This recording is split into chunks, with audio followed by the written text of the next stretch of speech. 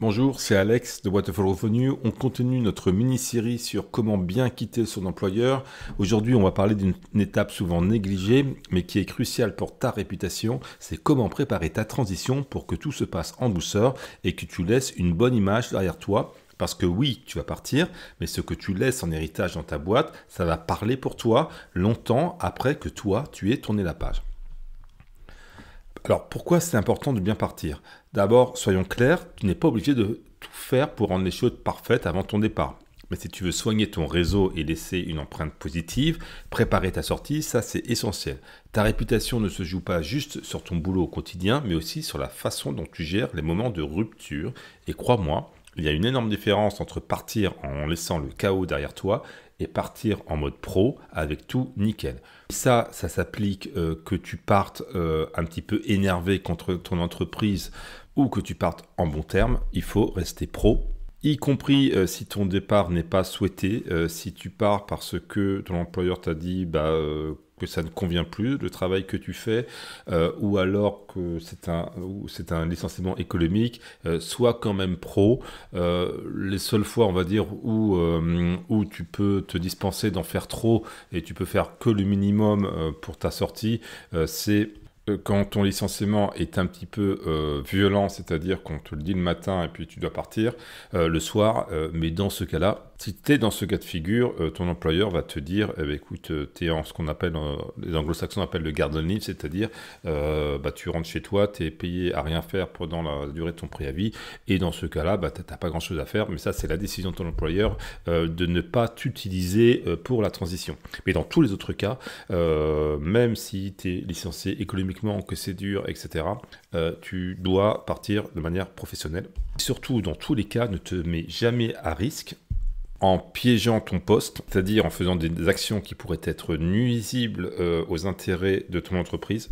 De même, puisque j'aborde ce type de sujet, n'emmène pas des documents privés ou au moment de partir. Sache que quand tu pars d'une entreprise, quand tu annonces ton départ ou quand l'entreprise elle te dit que tu dois partir, en général, le service IT commence à monitorer toute ton activité sur ton ordinateur. C'est-à-dire qu'il y a des logiciels qui font ça, qui vont détecter si tu fais des copies de documents sur clé USB ou si tu te les envoies sur des drives personnels ou par email, si tu commences à extraire de grosses quantités de données ou des fichiers sensibles, sache que ça pourra être reproché et tu seras à risque légal.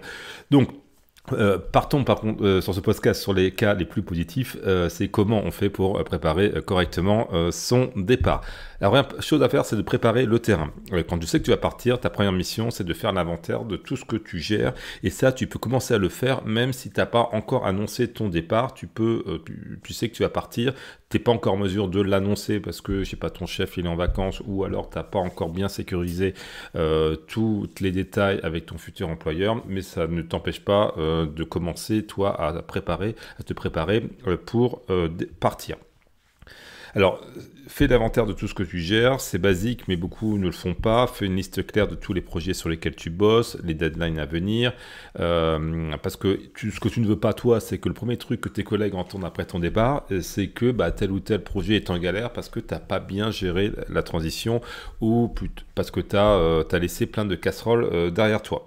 Soyons clairs, il y a de grandes chances qu'il y ait des gens qui t'aiment pas dans l'entreprise, qui profitent de qu'après tout ça parti, te mettent plein de choses sur le dos, mais bon, pour ta réputation, si tu as bien documenté les choses, tu as bien parlé à ton boss et aux parties prenantes, tu as bien fait ta transition, tu l'as bien documenté, ce type de comportement, il ne pourra pas trop avoir lieu, parce qu'il n'y aura pas la place pour ça. Donc, le point clé ici, c'est de bien t'organiser en amont. Tu sais que tu as des trucs en cours qui vont prendre plus de temps que tu ne le pensais, que tu ne pourras pas boucler. Alors, essaye d'en boucler un maximum avant l'annonce de ton départ, mais sois clair que tout ce que tu ne peux pas boucler, tu laisses des choses claires.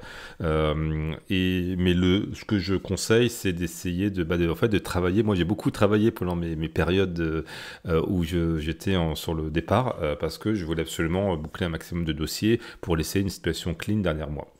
Et d'ailleurs, ça évite de partir avec un goût amer de choses inachevées. Moi, j'aime pas ça. Et ça montre que tu es professionnel jusqu'au bout.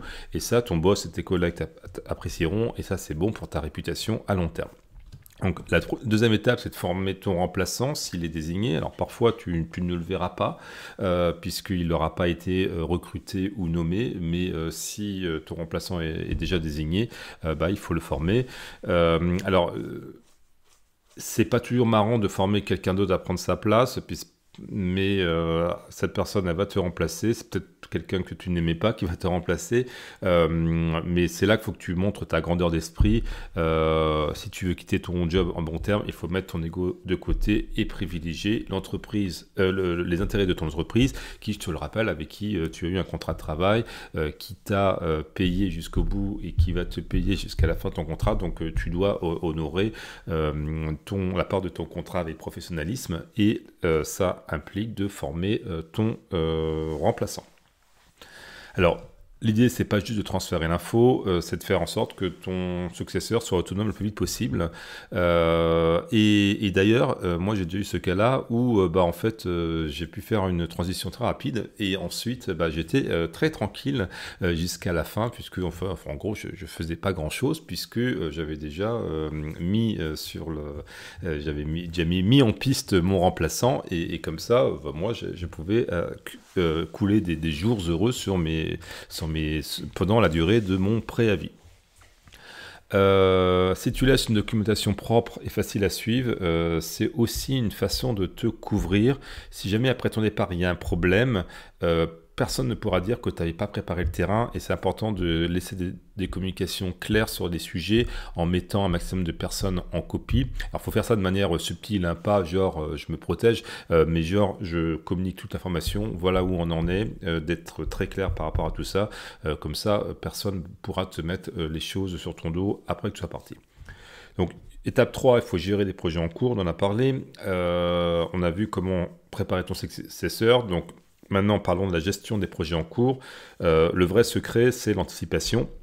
Tu as déjà dû remarquer que quand une personne quitte l'entreprise, il y a toujours un moment de flottement.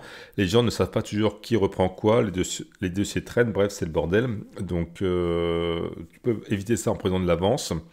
Et également voir avec ton boss pour anticiper les problèmes, dire voilà, après que je sois parti, il va y avoir telle ou telle chose comme problème, tel risque de flottement, et tu peux travailler avec lui pour les anticiper. Assure-toi que chaque projet ou chaque sujet a un plan clair et un responsable désigné avant ton départ. Donc, on l'a déjà dit dans le podcast précédent, organise des réunions avec les parties prenantes pour faire le point sur l'avancement de chaque tâche.